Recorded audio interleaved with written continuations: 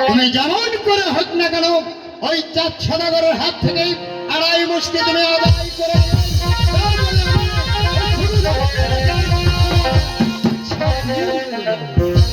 চলো বাবা ছোট দেয় মা তুমি বসে থাকবে বেশ বাবা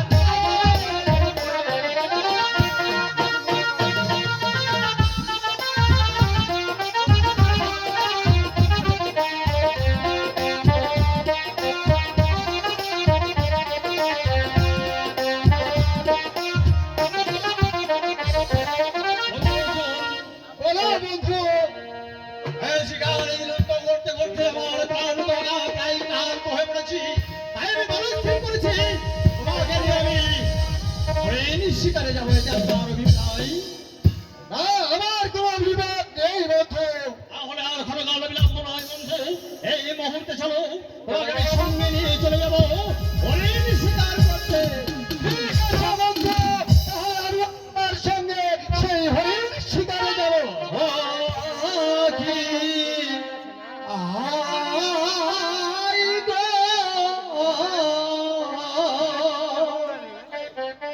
চলছে শিকারি শিকার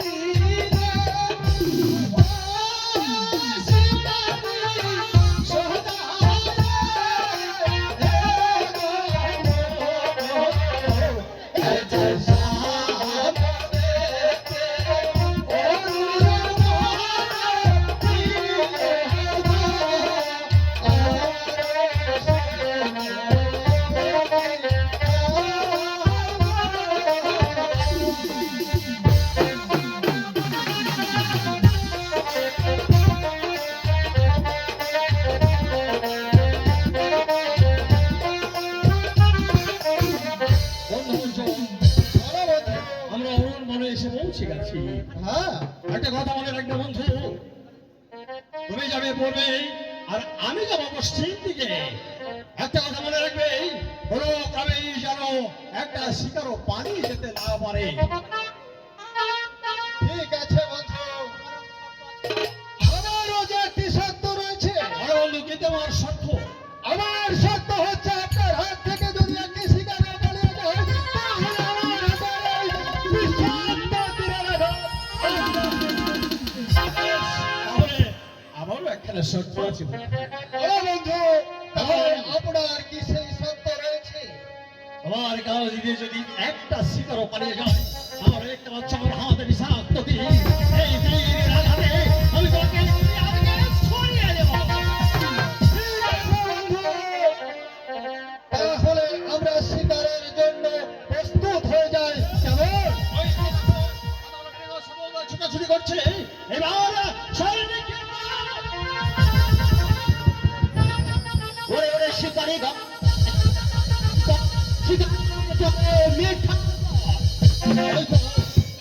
বন্ধু অর্জুন, এই জন আমায় এদিকে ডেকে বলছে, ও হে শিকারীগণ, এখানে হবে না শিকার। শিকার করতে হলে তোমাকে যেতে হবে সেই মিঠার বন। বন্ধু, এখন আমি কি করবো? বন্ধু, তাহলে আমরা চলে যাব সেই মিঠার বনে। বেশি তাই হবে। ও কি হাই গো, চলছে শিকারি মিঠার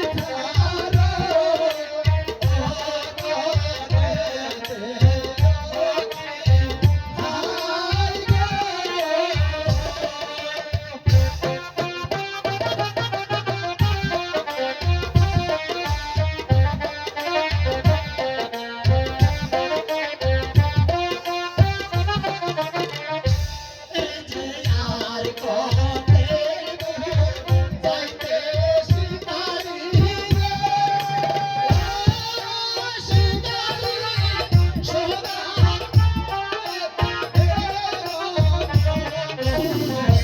এই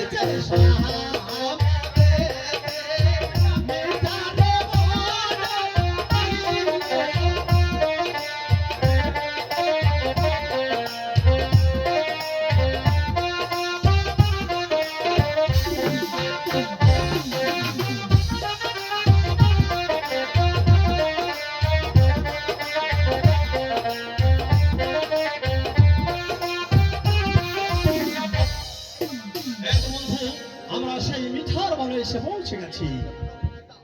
বন্ধু, এখন পর্যন্ত কোনো শিকার আমি দেখতে পাচ্ছি না। তবে তবে কি আমাকে রিক্ত হস্তে ফিরে যেতে হবে? না না, কিছুতেই আমি রিক্ত হস্তে আজ ঘরে ফিরে যাব না। ঠিক আছে বন্ধু, তাহলে আমরা এই গভীর বনের মাঝে খুঁজে দেখি কোথাও একটি শিকার পাওয়া যায় কিনা। বেশ, তবে পশ্চিমে দেখো, আর আমি পূর্বটাই দেখছি। ঠিক আছে বন্ধু।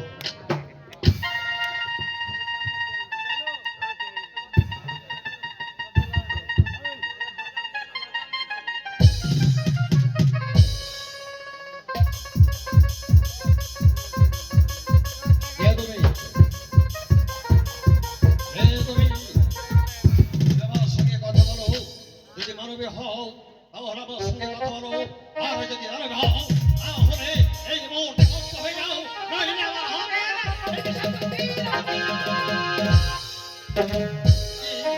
কথা বলবে না, তাহলে তাহলে সহ্য করো।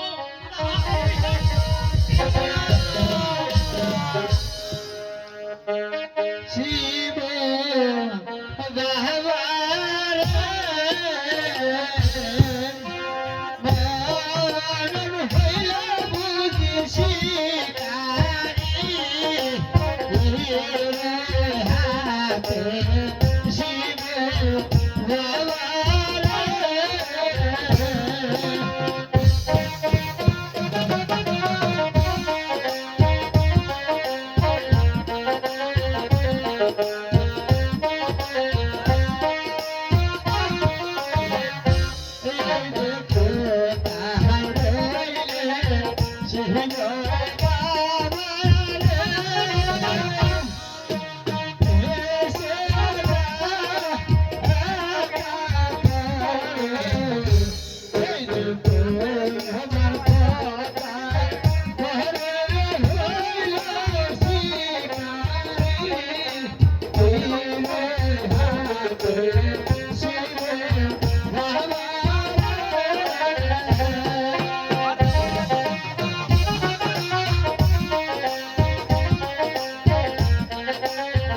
এই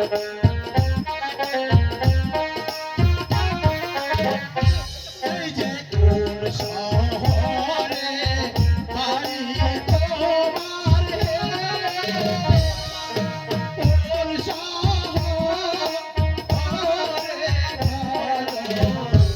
এই যে কি নাম তোমার বাবার পিতা কি নাম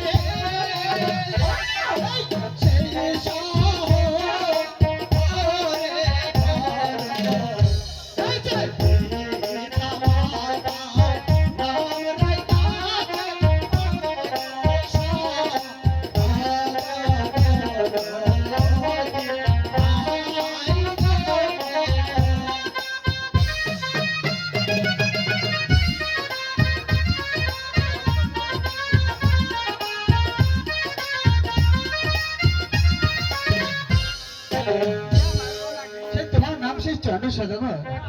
আমারই নাম সেই চন্দ্র